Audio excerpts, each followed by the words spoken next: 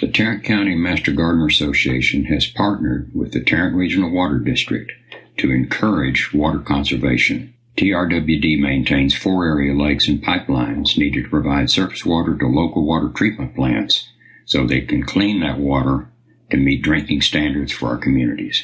There are currently 2.3 million people living in Tarrant County, and this is expected to double over the next 50 years. At SaveTarrantWater.com, you can sign up for free weekly watering advice custom to your location. There's also an event calendar where you can find information about future classes and workshops. So be sure and check out SaveTarrantWater.com to sign up for their free services. My talk is going to be as an introduction to landscape horticulture. And my name is Marianne Levine. I've been a master gardener for 9 years. And I'm a retired pediatrician, and I like to grow things, and I like to have a pretty landscape. So I'm going to share the information that I have studied and learned about, sometimes through accidental things that I probably shouldn't have done and things that I have done that have been successful. So we're going to start with Introduction to Landscape or Horticulture. This is a broad overview. So understand that some of these topics that I touch on are, you can have a whole course in some of these topics that I just touch on. So let's get started. First, we're going to talk about all the different types of landscape people that you can hire or that you can study under or that you can become that deal with landscaping. Sometimes landscaping of large areas, sometimes landscaping of smaller areas. Different landscape designers are APLD, Association of Professional Landscape Designers, the ASLA, American Society of Landscape Architects, the IFLA, International Federation of Landscape Architects, and landscape designers. And in Texas, you can call yourself a landscape designer. You have to have no state or educational requirements. And there are many people who do landscape design. If you hire someone who has no degree, is not a landscape architect, and you want to, what you can ask for is, can we see some of the things that you've done? And then you can satisfy yourself that this person is going to do a good job on your home. Also, price ranges change. If you hire a landscape architect that's college degreed, he's probably going to cost considerably more than someone who calls himself a landscape designer. Probably. You don't always know that. Landscaping is what you see when you drive through your neighborhoods, what you look at when you see homes and their yards, what you see around businesses and that sort of thing. Landscaping is a visual feature of the countryside or urban areas, and you hope that they have aesthetic appeal. Trends in landscape designs, well, some of the trends are very small lawns or no lawn at all. There's a housing development close to me that has beautiful new homes. They have very small lawns, but then they've created a space around between all of the houses where kids can play, games can be played, and it is visually very pretty. And so they made their own park in their neighborhood, and I think that's a wonderful trend we hope continues. So many builders crowd the spaces, make homes with no lawns. Where are the children going to play? Where your animals are going to run? What are you going to do in the lawn? So smaller lawns or no lawn for busy people sometimes, but getting outside is more and more important to us in this day and age. Utilizing the outdoors for purposes of entertainment or shared spaces. Landscape decisions based on water conservation, and that's something that North Central Texas is really trying to get everybody. More people move into Texas. Our population is growing, and Texas uses groundwater primarily for our water. And with more and more people and more development, water is going to be very, very important. Another thing, too, is many people do not want use of pesticides and herbicides in their yard. Pesticides, of course, are things that kill insects and other creatures. Herbicides are toxic to plants. Planting trees for shade, beauty, and cooling is something that's very important. And I think many people who move into a neighborhood with no trees, after one summer in Texas, they would really wish they had a shade tree, because a shade tree does reduce your energy bills. They're beautiful. You go under a shade tree, it's cool under there or cooler. Also, we want to avoid storm runoff using porous concrete. And if you're building your own home and you have the opportunity to have this, it's very important to talk about using porous concrete so you do not get runoff from your landscape into the lakes and rivers and streams. Dry rock beds help. Rain gardens or other methods of directing water do help. This is my front yard, and this is an example. My house, the yard goes down as a gentle slope, but just the same, The tree on this slight berm here, when a good rain came, the dirt, the soil just washed down right into the sidewalk in front of my house. And I said, this has got to stop.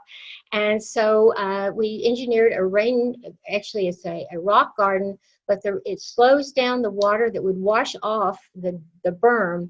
And so there's no wash that comes on the walkway or up to my house at all. It's very, very nice. It's worked for, I probably have had this about 10 years now, and it works beautifully. Right, in my back, speaking from experience, I have a non-porous, large concrete pad in the back for the cars to turn around and go into the garage. Well, what happens is, the house being on a slight decline, the water will run down the driveway and run back to the back of the concrete and then rush down the area behind these boxwoods, and it was just a mud hole. It's just mud.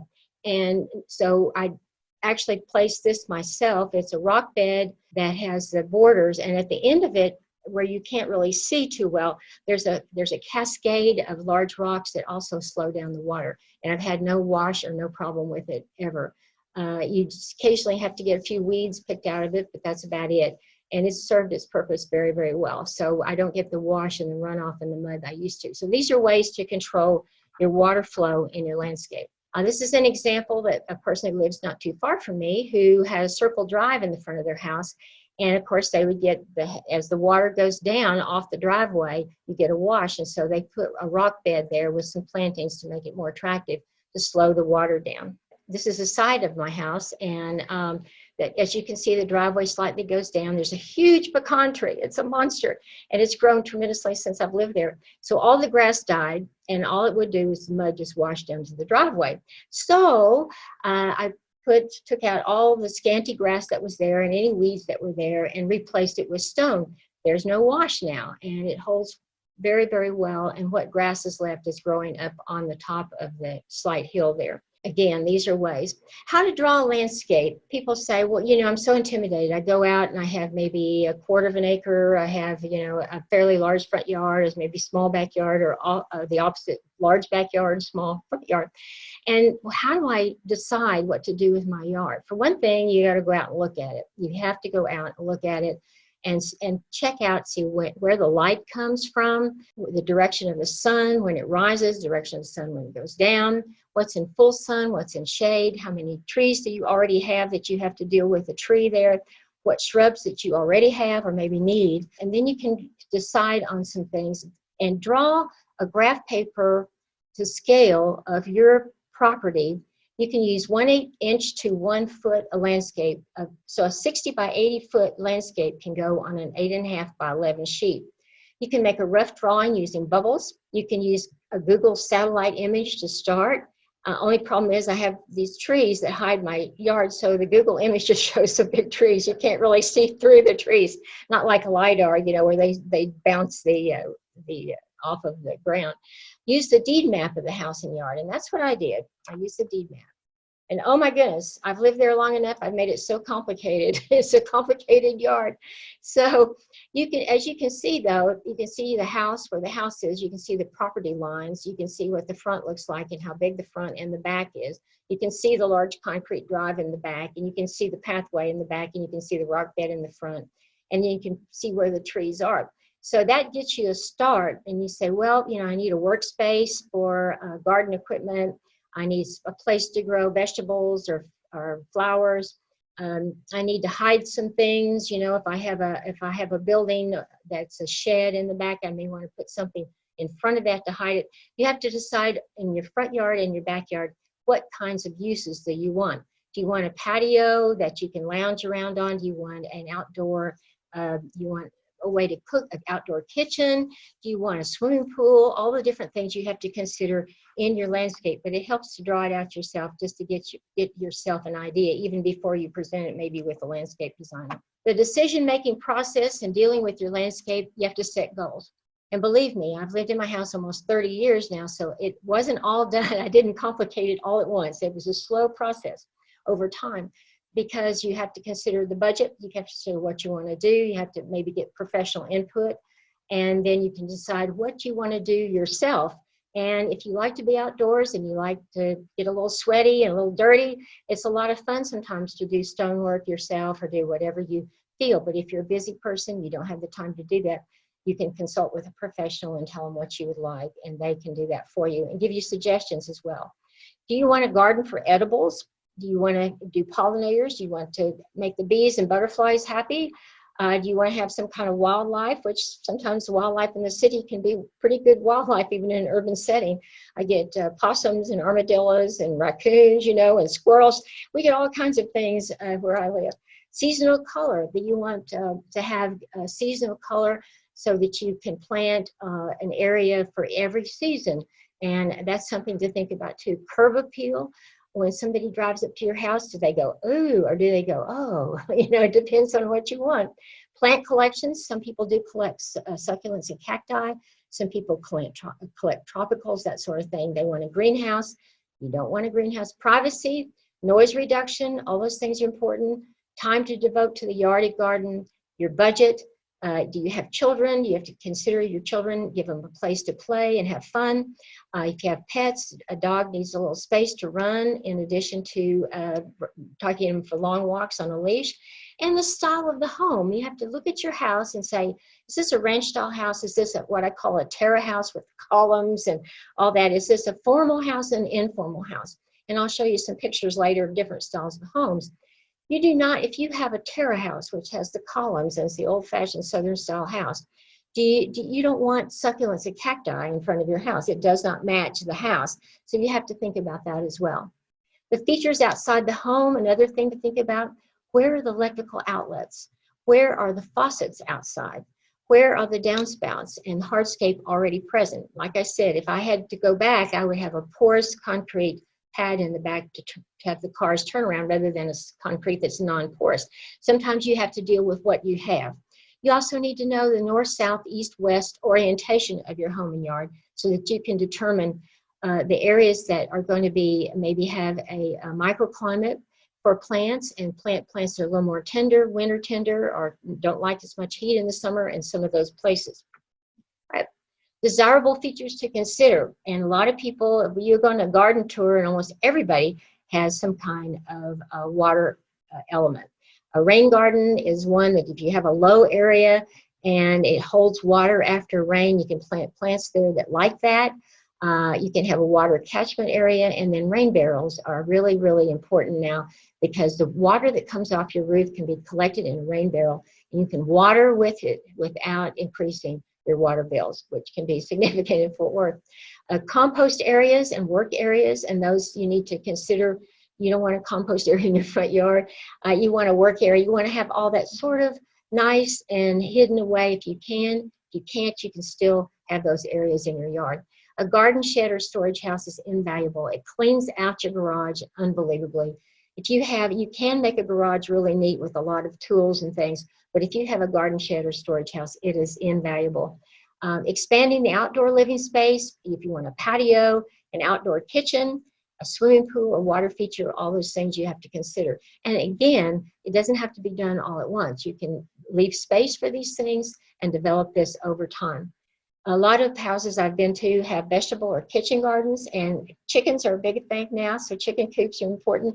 And then dog runs may be important for you if you have dogs and you want to keep their poop off the yard and keep them in a certain area.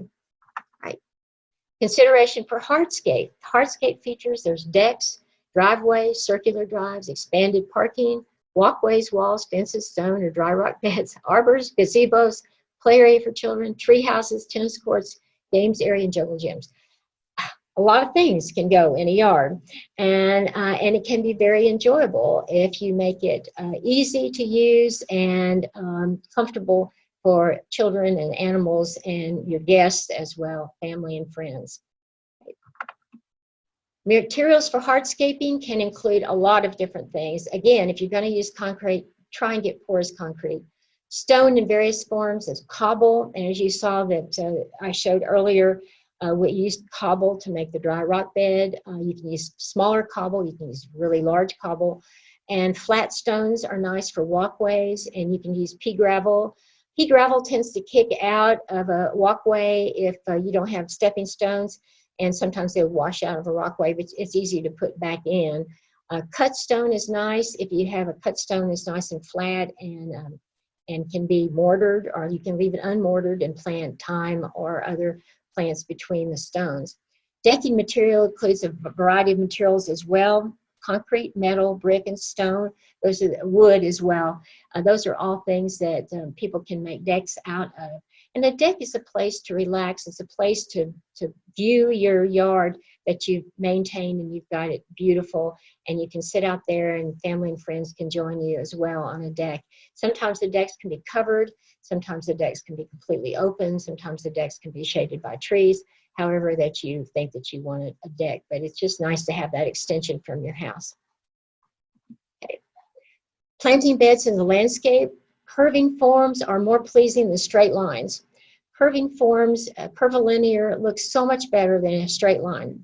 I unfortunately inherited a walk that's straight across the front of the house. Make your ideas from that curve of the hose, whatever looks good to you. Remember that a wider border is better than a real narrow border if you can do that, because you can plant things more appropriately in a wider border. Borders can be bermed. By berm, I mean it can be raised up slightly where it's just above the grass level or the soil below that, and that kind of cuts it off. Or you can have a flat bed. It does not matter. It can be flat with the rest of the ground, but a berm sort of raises things up and it's a little bit easier to deal with. And then you can separate the berm or the flat area from the turf with metal, plastic, wood, brick, stone, twigs, wine bottles, and pretty much anything that your imagination can supply. So you can let your imagination run wild. The only thing about wine bottles is they can break. So you have to be careful with some things. If you have busy kids that are playing ball, and or say wine bottles are probably out. Raised beds allow amended soil, and I cannot tell you, in north central Texas, we have hard clay. Some of the areas have a little more sandy soil, some of them have a little more loamy soil, but by and large, most of the homes, the yards, and the beds are hard clay. So you have to really amend that hard clay to break it up. So if you build a raised beds, that allows you to control what goes in the bed. So you can put your own amended soil in the bed, and you get better drainage and better weed control as well. And also, you don't get the grass growing into a raised bed like you would if the bed's flat with the turf and you have just a single border between the turf and your bed, because the grass will grow underneath whatever you put there or over it. And so you're always dealing with that. But a raised bed, you don't have that much to deal with. Be sure the beds, if you make curvilinear beds, be sure if you separate them from the turf, be sure you could mow around those curvilinear beds. There's nothing like a tight curve and a lawnmower. You cannot mow around a very tight curve, so you're going to have to weed eat only those curves, and that's a big hassle for a lot of people. So be sure you can mow around your beds. Consider the views of your beds from the inside of your house. When you look out of your windows, what would you like to see? You don't want to see the back of shrubs. You want to see something beyond that. And so consider the views from the inside of the house. And this is something, know the ultimate height and width of your foundation plants. Your foundation plants are going to be right to the windows, right in front of your windows. And again, you do not want your view totally obscured by large shrubs. Sometimes I see homes where you can't see the windows at all. They're hidden completely by the huge shrubs. And if you have to put a shrub in that is going to be 12 feet tall as is normal height, and you're going to always trying to be cutting that back, then you need to remove it and place it someplace else, or you need to get something that's appropriate height. Okay, this is a house in my neighborhood. Every time I go by, I want to hack it with a hatchet and improve things. It's got too much shade for those shrubs that are by the walk, so the shrubs are all thinned out and ugly. That there's a corner on one side where the vines grow over, and then there's a curve on the other side. I've never been able to figure that out. Then in front of the house, you can hardly see the door because it's got these thin shrubs there. And then on the other side, the window, the large window, is completely obscured with a too tall shrub. And it's been this way forever, but you know, I should leave a sticky note on the door when I go by to tell them, please take out your shrubs. All right, this is a place, I didn't show the whole house, but I wanted to show how when you buy shrubs and plants, it's nice to buy them in odd numbers, like 3s and 5s and 7s and 9s. And if you see here, all of that's been done. Now, this house is a pretty fancy house, so it's probably been professionally done. But as you can see, everything is in threes or more. And that is very helpful as far as looks go. There's something about the odd number shrubs. They look more clumped, they look more together, and they look like they all belong together. Mulching beds. I have neighbors that never mulch their beds, and it's just mud, so the mud splashes up on their plants, and the plants get their plants get fungal infections. The mulching, whatever you use for mulch, you can use ground up leaves, you can use pine bark, ground up pine bark, you can use straw, you can use pine needles, but pine needles in East Texas are common, but they're not too common here. You can order them and purchase them. But mulching does retain moisture in the soil. It keeps the temperatures even in the soil for your roots of your plants. You don't get erosion if you put mulches there, although some mulches do wash. If you get what we call in Texas is a gully washer, you can get a wash of your mulch. You just sweep it back in, you just put it back. But it does avoid plant diseases, particularly fungal diseases on your leaves. It tears weeds. Weeds are not going to germinate up through an inch of mulch. It looks so much neater than bare soil, and it also keeps your feet clean. If you're going to trim a shrub or you're going to trim something, you're not walking around in mud to do that. And if you have a garden where you have soil and you have some mulch in between the soil where you grow your vegetables, you get a mud-free walk in the garden. Now, I know there's shoes like wellies, that you can wear to walk in the mud, but it's so much nicer to walk on a mulch rather than walk in mud. The types of mulch include pine straw, pine bark, hardwood, coconut husk, straw, cedar shavings, compost, grass clippings, pea gravel, leaf compost, stone, landscape fabric, rubber mulch. I'm not fond of rubber mulch, okay? And plastic. You can buy this and you can use it. I'm also not fond, it's just a personal preference. I'm not fond of the red mulches and black mulches. I just think they look kind of tacky. Okay, well that's just me, but other people do like them and do use them. Some mulch is permeable and some is impermeable, and it's best to know which one is which and use natural materials that ultimately enrich the soil. So if you grind up your leaves, you have a lot of trees, you can use grass clippings and grind those up really well and put those out as a mulch. You can use your leaf trimmings and the leaves that fall about this time of year. You can use that and use a mulching mower, grind those up, and then put those on your beds as mulch. It works very well. Plant selection for your yard, for your landscape. Try and find out either through the extension office or someone who knows what plants are native and adapted for Texas, especially north central Texas. Texas has a lot of different environments. South Texas, rarely do they have a freeze, but we can get some pretty severe freezes here in north central Texas. East Texas is going to be more wet. We tend to be a little drier in north central Texas. West Texas is drier still, and also can get very hot in the summer as well as we do. So you have to realize that some plants are just not going to do well. South of the Red River, there's plants that will do well, but north of the Red River, the plants that we may borrow from Oklahoma may not do well in north central Texas. Texas superstars are plants that have been evaluated by horticulturists of Texas and found to be very superior in thriving in our environment. And that's what we want. We want our plants to thrive. We don't want them to struggle and we say, oh, I just can't deal with this. A long time ago, I planted the great big, the plants that, the Mother's Day plants, the hydrangeas that have the big heads, and I planted a whole row of them. And then we had a severe hot summer, and I could never give them enough water. And then they got fungal disease, and I had to get rid of them all. And I decided, okay, I'm never doing that again. So you have to learn sometimes by bad experience as well as good experience what does grow here, what does well. But for seasonal color, annuals do very well for seasonal color. Perennials are plants that are going to come up. Sometimes they die down in the cold, but they will come back up from the roots. But perennials continue to grow always. And biennials are plants that have vegetative growth the first year, and then they make seed, flower, make seed, and die the second year. Right, this is a plant that I really enjoy. It's a Mexican sunflower, and this thing is just incredible. The bees and butterflies love it, and it grows like crazy. You don't have to water it very much. You don't have to spray it for bugs. You don't have to do anything with it. It just grows like crazy. And it's an annual, but it's very showy, very colorful, and it's very well adapted to Texas. This is another plant that's in my garden that is an excellent, excellent plant.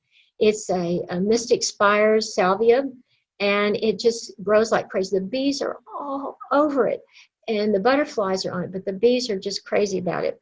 And so it's something, if you like pollinators, now if you're allergic to bee stings, you may not want to plant it, it just depends. But I have a neighbor that comes over and says, oh, look at all the bees. Oh, I'm allergic to bees. I can't deal with that. But I like pollinators. I like to make them happy.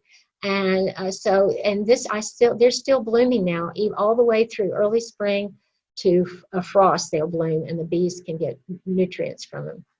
This is a lantana. This lantana wasn't even planted. It came up in decomposed granite from one that was up above. And every year it comes up and makes the most beautiful shrub. I don't do anything to it. I don't water it. I don't feed it, nothing. And you can see how beautiful it is. And again, the bees and butterflies really like it. All right, choosing plants for the landscape. We've sort of talked about that, but you have to consider the size of things in your landscape. Trees are usually taller than 15 feet and generally have a single trunk. They are either deciduous or evergreen. Now, deciduous trees are trees that drop their leaves in the fall. So most of your oaks, except for live oaks, do drop their leaves in the fall, as an example. Evergreen would be maybe live oaks, but live oaks do drop their leaves. They just do it mostly in the spring when the new leaves come out. So they have leaves on them all year round. Shrubs usually have multi-stems and are either deciduous or evergreen. So if you pick shrubs for your foundation planting, you don't want a shrub that's bare in the winter if you can avoid it. You would really prefer evergreen shrubs as a foundation planting. But outside of that, you could do either one. Ground covers are usually fast-growing vines or herbaceous plants for slopes or shaded areas. And Asian jasmine and some other plants do very well here. Bulbs or other geophytes that provide seasonal color, like our bulbs that we plant in the fall that come up that bloom in the spring. And then again, your vines can be annual or perennial. I have both. And nice thing about vines is they can cover arbors and walls, and they may provide some screening for you. Turf, of course, it's your grasses that spread and require mowing and attention. Some more, some less. Edible plants, of course, include your fruits and vegetables. And you can intermingle now. Many people who are landscape architects intermingle vegetables with flowers. And it's an excellent idea to do that and very pretty. Also, herbs are nice things to intermingle with your edible plants and your flowers. Cultural considerations in plant selection. Hardiness is one. There are zones. There's USDA zone, and then there's the zone that we use to talk about how hard the freeze is going to be here.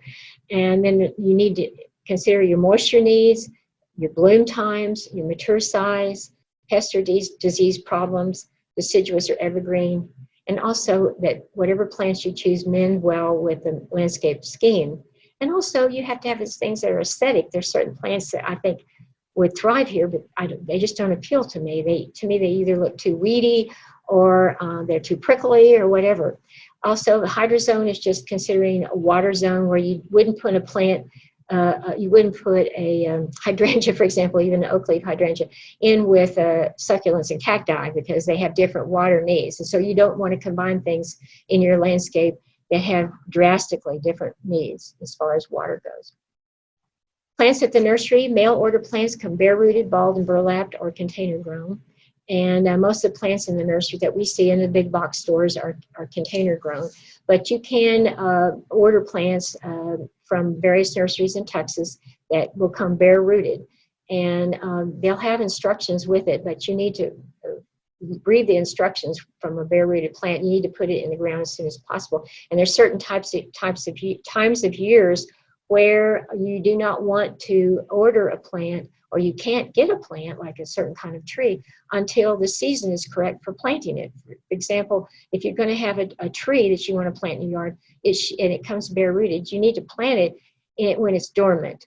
And so same thing with balled and burlap trees in north central Texas. Usually we plant them when they're dormant, which would be the winter time. Bare root plants, again, set in dormant period, and you have the roots In a medium, if they're balled and burlapped, and they're usually covered with burlap, and there's some question, well, do I take the burlap off? Because the burlap will disintegrate when you plant it, but you don't want to have any wires or really twine around that. You need to take all that off and spread the roots out and everything. But if you leave some burlap in, it's probably not a problem. Container grown plants are already in a potting mix and they're ready to plant. Plant selection. Trees and shrubs are more likely to be mail ordered by bare root or balled and burlap. Herbaceous plants are found at the local box store or nursery. Seed companies, that's another thing. Starting plants from seed is really gratifying because you have so much more diversity. When you go to the local nurseries, they want to provide plants that people will buy that are showy, have beautiful flowers, especially annuals.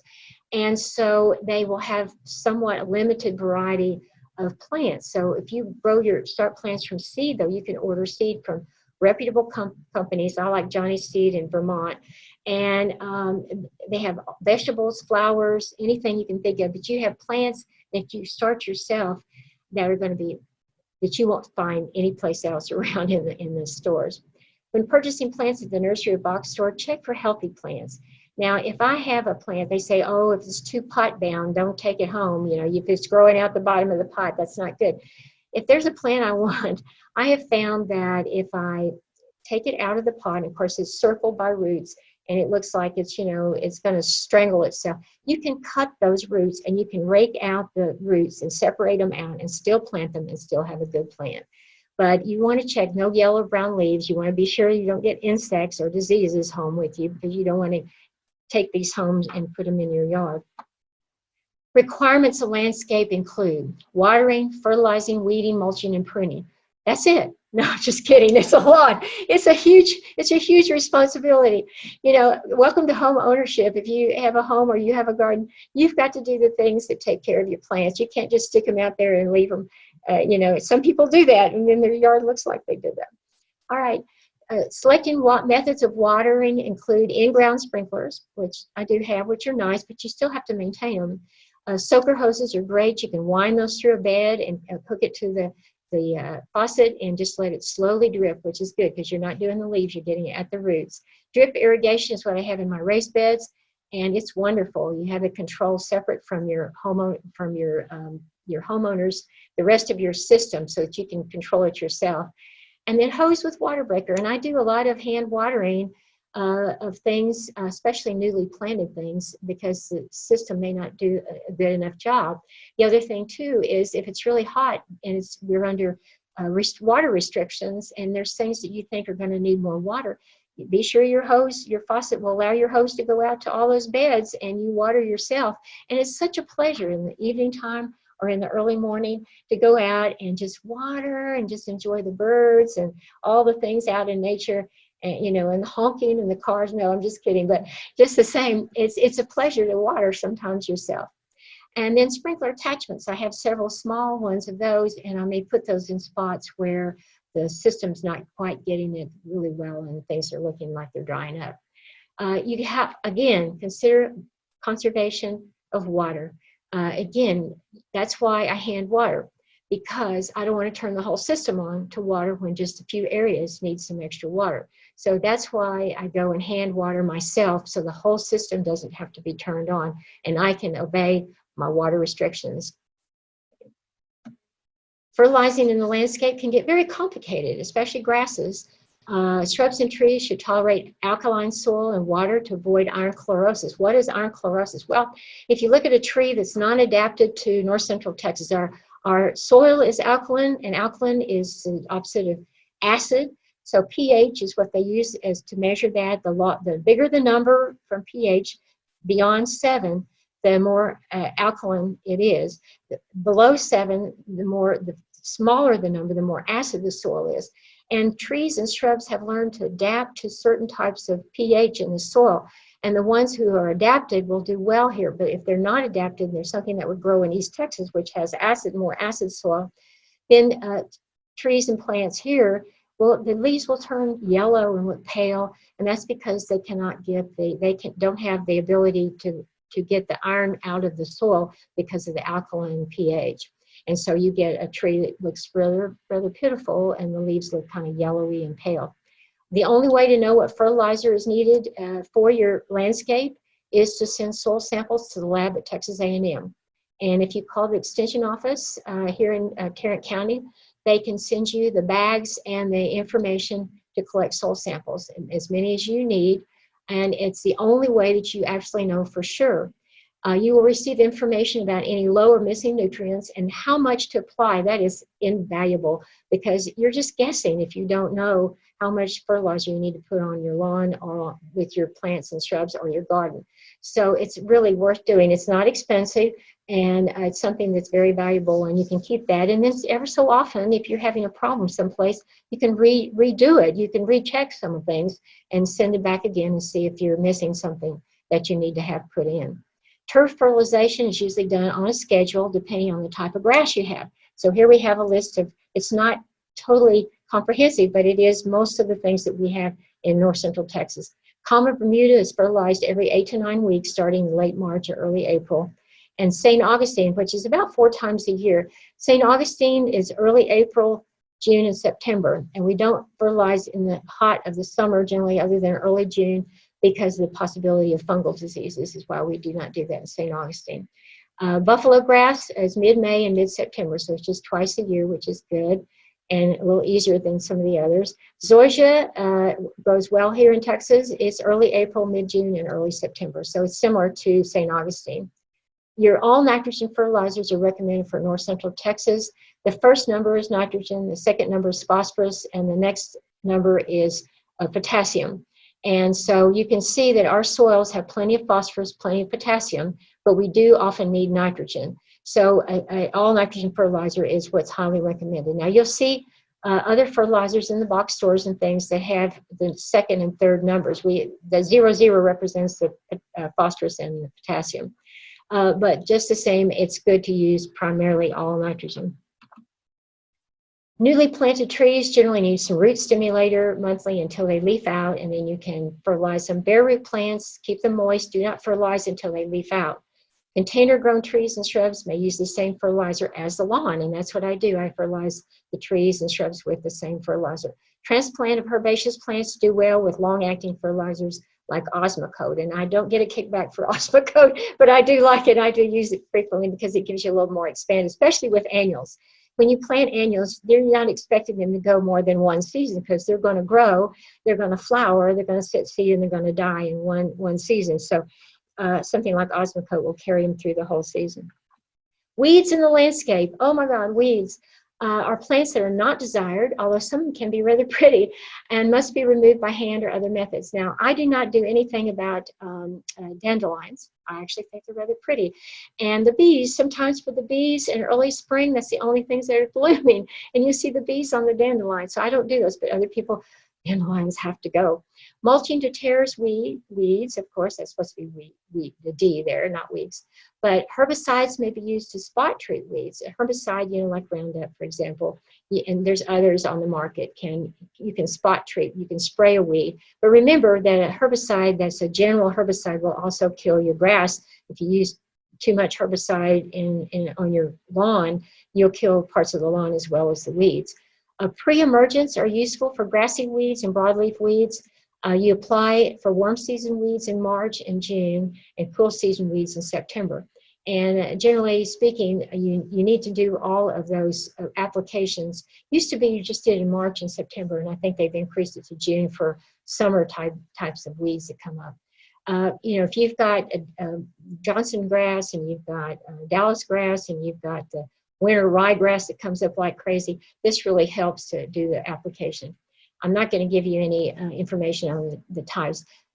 One thing I want to say is that if you're going to use pre-emergent for weeds, and remember there's weed and feed that you see so much on the market, you actually need to use your pre-emergent before you fertilize your lawn. So to do a weed and feed, you're off schedule, and it's convenient to do that, do a weed and feed all at the same time, or do a pre-emergent with fertilizing. But you actually, if you can see in March, you don't fertilize St. Augustine until April, and most of the time you don't fertilize any of your grasses until your lawn turf until April or first week of April or so. So pre-emergent should go down first early, and then your fertilizer. Sedges are, nut sedge is a real pain in the grass, in the lawn. It can be very, very invasive. You can kill that with Image Sedgehammer or Ortho Nut Sedge Killer, and there's some more on the market as well since I wrote this up. But it does, I use Image and it works beautifully if you have sedges come up. It may discolor your grass, your turf a little bit, but your turf will come right back. It doesn't really kill the turf. So that's what I use, but it can be a real pain in the landscape. Pruning trees and shrubs. If you have to get up on a ladder to prune, call a professional. Okay, that's if you have to get up on a ladder, you do not want to fall off a ladder. You don't want to fall off a roof. You don't want to have a bad fall, period, no matter what age you are. Call professionals for larger tree limbs. And let me give you just some information. I have a neighborhood that's got lots of big mature trees, and I see butchering in mature trees. It makes me ill because sometimes the trees won't survive it. Anybody that comes by your house and volunteers, it has a pickup and a chainsaw, is not the person you want. What you want to do is you want a company that's reliable, and you want them to have an arborist, and you want to call the arborist out to see your tree in case maybe you have dead limbs, maybe you're concerned about the health of the tree, you know it may need trimming, but you just want to talk to an arborist. They'll come out, they'll look at your tree, they'll talk with you, you have a plan made about what you want to do, and then their crew will come and they'll do a professional job on your trees.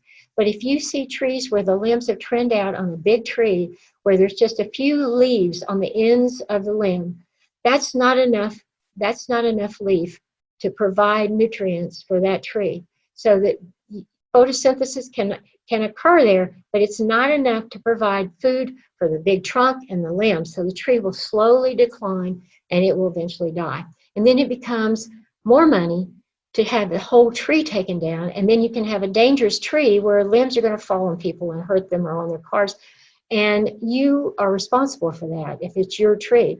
So call a professional if you want a large tree trimmed, so that it's done professionally and not just somebody that comes by. Fruit trees require special pruning in general to create a bowl shape, and that's a whole nother class on fruit trees and trimming trees, but you want a bowl shape for a fruit tree, so you cut out the central leader. And the reason you do that is because you want the sunlight and rain and everything to get to all parts of the tree, and so that you can harvest without having to get up on a ladder. Shrubs need some pruning to maintain height and thick growth, remove dead branches, remove diseased branches and suckers.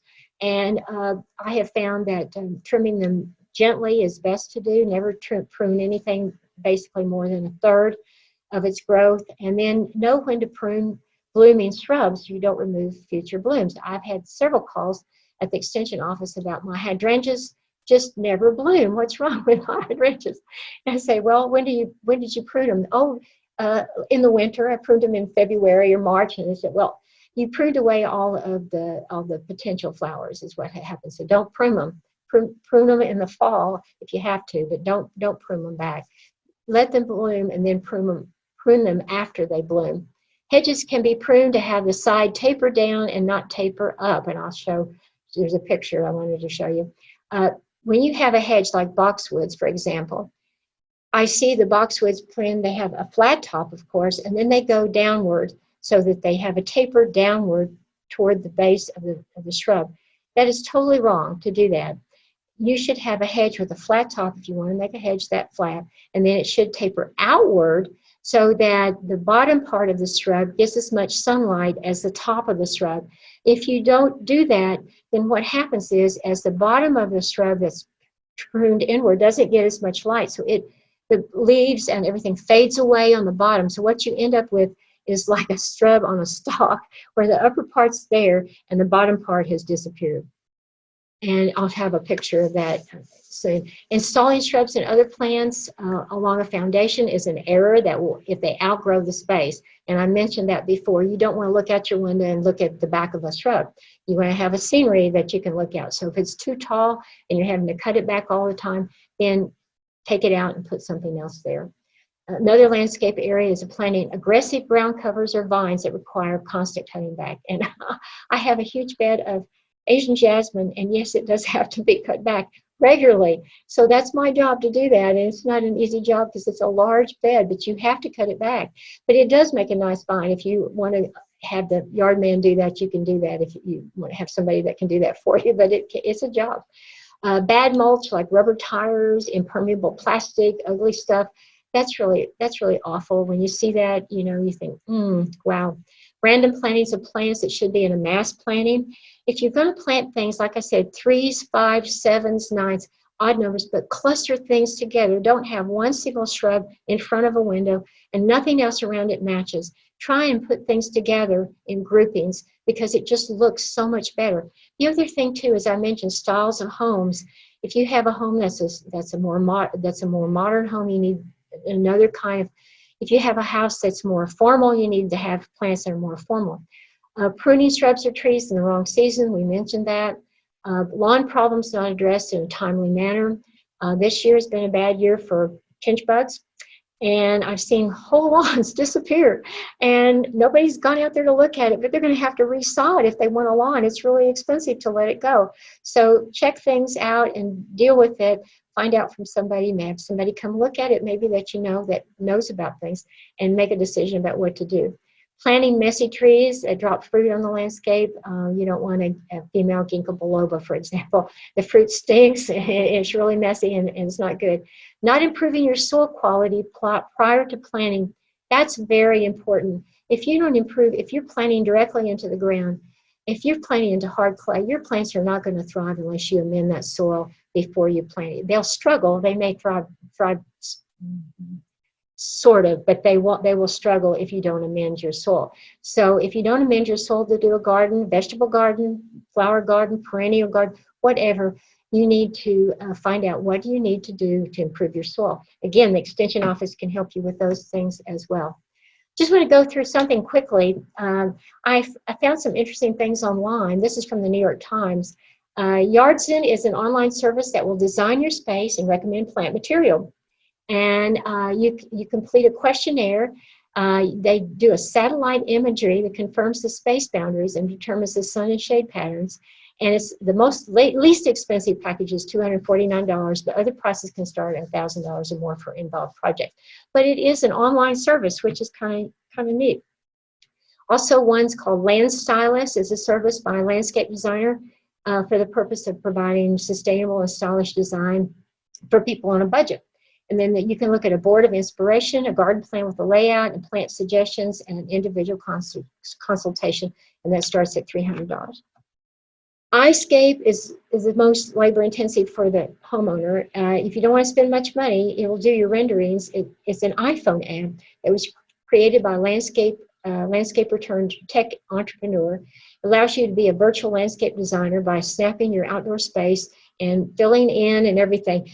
This is arduous, needless to say, and it's mostly on your back to do it. So it's cheapest. All right, we're going to have some pictures here and talk a little bit about the pictures. This is not far from where I live, and it's a ranch-style house. It's the landscape that they put, the plantings in front of the house are actually pretty good. It's a Soto with the bloom on it is a little out from the window, so it's not obstructing too badly. It's a little close to the walk, though, and the tips are kind of sharp. But it's got an agave, it's got a yucca. You can see the yucca blooms. It's got Mexican feathergrass. It's got that Soto I mentioned. And so it's almost like a xeriscape in the front there. But what makes it not a xeriscape? It's the lawn. It's a St. Augustine lawn in front of a xeriscape, which is like you scratch your head and you say, well, why didn't they just put buffalo grass or something in there if they're trying to do a xeriscape? So you're still going to have to water that lawn. And so it's not really a water conservation xeriscape. It is partial xeriscape. Right, this is the house, this is an example of a formal house style. As you can see, on the other side, there's another shrub there. On the other side, another row of shrubs. But you can see they trimmed the top flat, and then they trimmed it down into like a slope on either side. So what's happening is where the light doesn't get underneath the shrub, the leaves start deteriorating, and they drop off, and eventually you're just going to get open space underneath that shrub. So if you're trying to do privacy, it's not very helpful. And if you're trying to make it attractive, it's not very helpful to trim a shrub like that. That's just an example of that. Formal houses generally have a lot of symmetry, and they also have more I call stately plants, like the two great big Melior Stevens in the front there. They do have a little asymmetry with the trees. There's a Japanese maple, and then there's a crepe myrtle. Right, this is just a modest little house on the west side of Fort Worth, and I was driving by. I said, that is just pretty. This is an example of a cottage garden in the front, and I couldn't see the back, but it was just really attractive. This is August, and you can see a lot of things are blooming, but the things that stand out are the rudbeckia there. It just jumps at you. They're so pretty. And it shows that even if you live in a modest home, you can still have a lovely garden that has low maintenance. And actually, they have a hose out there, but it actually tolerates pretty low water conditions. And it's full sun, so they have the advantage. I think there's some Russian sage back there, and I'm trying to think what else is there. It's a little hard for me to see. This is a house not too far from me. What do you don't see there? You don't see anything. That's just bare bones. It's got a few shrubs at the corner here, and then it just goes straight across. So there's no curvilinear beds. There's no color. There's no visual interest. The lawn is just so. And what you have, maybe they're just so busy and they don't have time, or they're just not lawn or yard people. But it looks so much better, and you just want to go knock on the door and say, "Can I make your yard better?" You just want to do something for it. And they're not going to have butterflies, they're not going to have bees, they're not going to have lizards, they're not going to have snakes. Maybe they don't like snakes. They're not going to have birds. They're not going to have any wildlife, because there's nothing there that wildlife would enjoy, and certainly nothing for the pollinators, which is important to me. All right, this is Hewlin. It's a very busy boulevard that runs north-south. There's not that many north-south streets in Fort Worth, but this is one of them. And believe it or not, the city did not do this structure. A private homeowner did this structure, had it done. His house is just beyond that wall. And he chose all the plantings that go in there, and he could have chosen better as if he had consulted with a landscape architect. All the plants he put in there are adapted to full sun and to heat. And then this Mexican feathergrass, he put all of this in himself. And he was out working one day, and I stopped and asked him, do you have a professional do this? He said, no, I had professionals do the wall because I can't do that kind of work, but I chose all the plant material. I said, you need to be a master gardener. I invited him, but I don't think he's ever shown up. Maybe he has, I just don't know. This is another little cottage garden not too far from where I live. And most of the yard, there's a little grass there, but most of it looks like this. And it's got lilies, and it's got rudbeckia, and it's got all kinds of plants in there, little crepe myrtles in there. And it's just attractive. And of course, it's very roughly done. As you can see, there's no mortaring of the stones. It's just kind of stacked in there to make the bed. But it's attractive. This is another house that used to have a circle. The yard would be in circle. Someone else bought the home, and they decided to make from the curb, they made a walkway out of stone. And every plant in there is native or adapted plants. And I thought, I couldn't knock on the door and talk with them like I did the gentleman, but I thought they did a really good job of doing this yard. This is a more formal yard. It's more shady, for one thing. And it's just a simple house. The house is just a straight across house, with the porch makes it a little bit more interesting. But it's more formal, as you can see. It's got the stone lions in the front. And but this is an example of more formal. It's not a cottage garden per se. It's a more formal landscape. So they have the boxwoods, and then they've got the plantings inside the corners of the boxwoods. It makes it more interesting. This, I think, very attractive. This is an example of something that's called inframement. Inframement, and that means that you do something to draw the eye to something. So what do you see? The first thing you look at this house, when you look at the house, you see symmetry is first thing you see, but it's not really a formal house, although I said formal houses generally have symmetry. But your eye goes right to the front door. The walk goes to the front door, but the pots on the side, the plantings on the side, and the trees on the side also draw your eye to the front door. And that's just something is called inframement as far as landscapes go. All right, this was last year, and this year I walked by it, and it's really matured. But the house it's on a hill, and it used to be just a grassy slope down to the curb. So what they did was they staggered the height of each area of the grass, and they put as you see in the corner up there to your left, there's like a rusty looking barrier. That's called corten, and it is a special metal that you can buy by the yard to make beds with. It's expensive. It's a steel that the outside of the steel will get a rusty patina, but it doesn't rust inside. And so it's very valuable to make a colorful look to your yard if you want to buy that and to line your beds with it. But like I say, it's pricey. But this, what they did was then they took all the grass out, and you can see there's a driveway, there's a piece of a car up there, and there's a circle drive, and then they put in all xeriscape, and it does look good. And they have virtually no grass at all in this yard now. The grass was, sort of deteriorating on the slope. There was some erosion. So this looks much better. And now the Mexican feathergrass has just really come into its own. It's just really beautiful. This is a master gardener that did this. She moved in, I think probably several years ago, and this was also a grassy slope that went down to the curb. So she put a driveway and then put the stone wall, and then there's still some slope there, but all the plants that she put in there are native or adapted and low water requirements. And it's matured now. This year it's just gorgeous. If you ever go down Overton Park West, her house is close to South Drive down there if you go that way, but it's really pretty. So she did a wonderful job. I don't know her name, and I'd like to meet her. This is an example of another house with sort of a xeriscape lawn. It doesn't matter when. There's a modern house behind that. There's a circle drive behind that, and then everything in there is native or adapted, so it looks really good year-round. This is an example of something that is a layering. And, most people, if they put a shrub in the front, they put like a row of shrubs. That's it, just a row of shrubs. These people do have it's straight across. It's not really curvilinear per se, but it's layered. So they have what looks like gara in the front, they have rose bushes, and then they have a shrub in the back. I'm not sure what that shrub is, and they have a small tree on the side there. But they do trim it. It does kind of cover the windows, but they do trim it back in the winter and trim the rose bushes back and the shrubs back. But I just think it's an example of layering that you can do for interest if you move into a home and you can't expand the beds out and you have to deal with what you have and it's straight across the front, then layering is another way of providing interest. When you pass your home, people look and say, that's really pretty. It's not just a straight line of shrubs. This is a house, newly built house. It's a very expensive neighborhood. But I like the way that they're on a corner, and the house is on the corners, but it doesn't face the corner per se. But to soften the corner, they use vitex.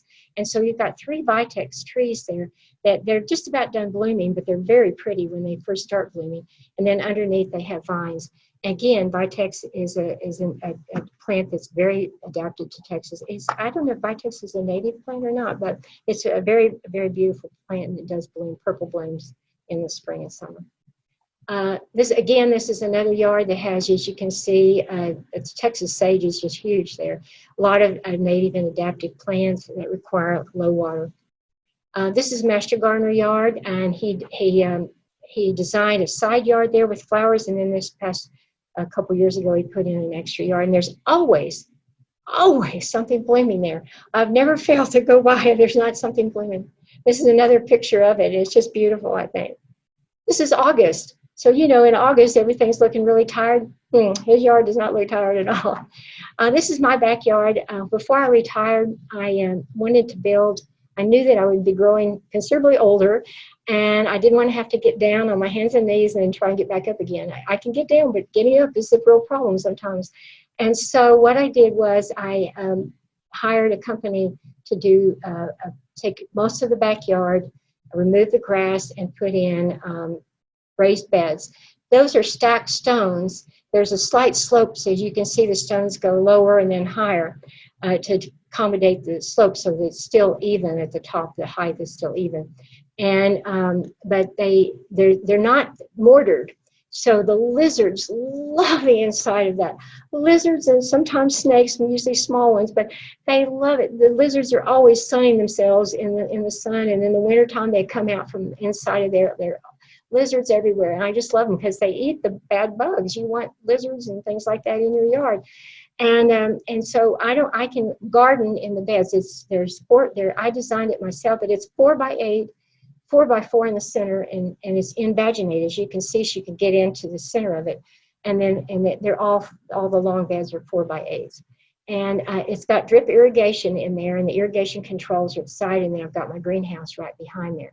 So it's nice. It's like I say, that's an expensive thing to do, but if you save for it, you might be able to do something like that. But if you can make raised beds, you can make them out of concrete blocks, you can make them out of bricks, you can make them out of wood, you can make them out of stone, you can make them out of anything, and you can make them and deal with them well, and they will do well for you in North Central Texas. You don't have to deal with our soil here, and you can be the one responsible for your plants and what goes in your soil, in your beds.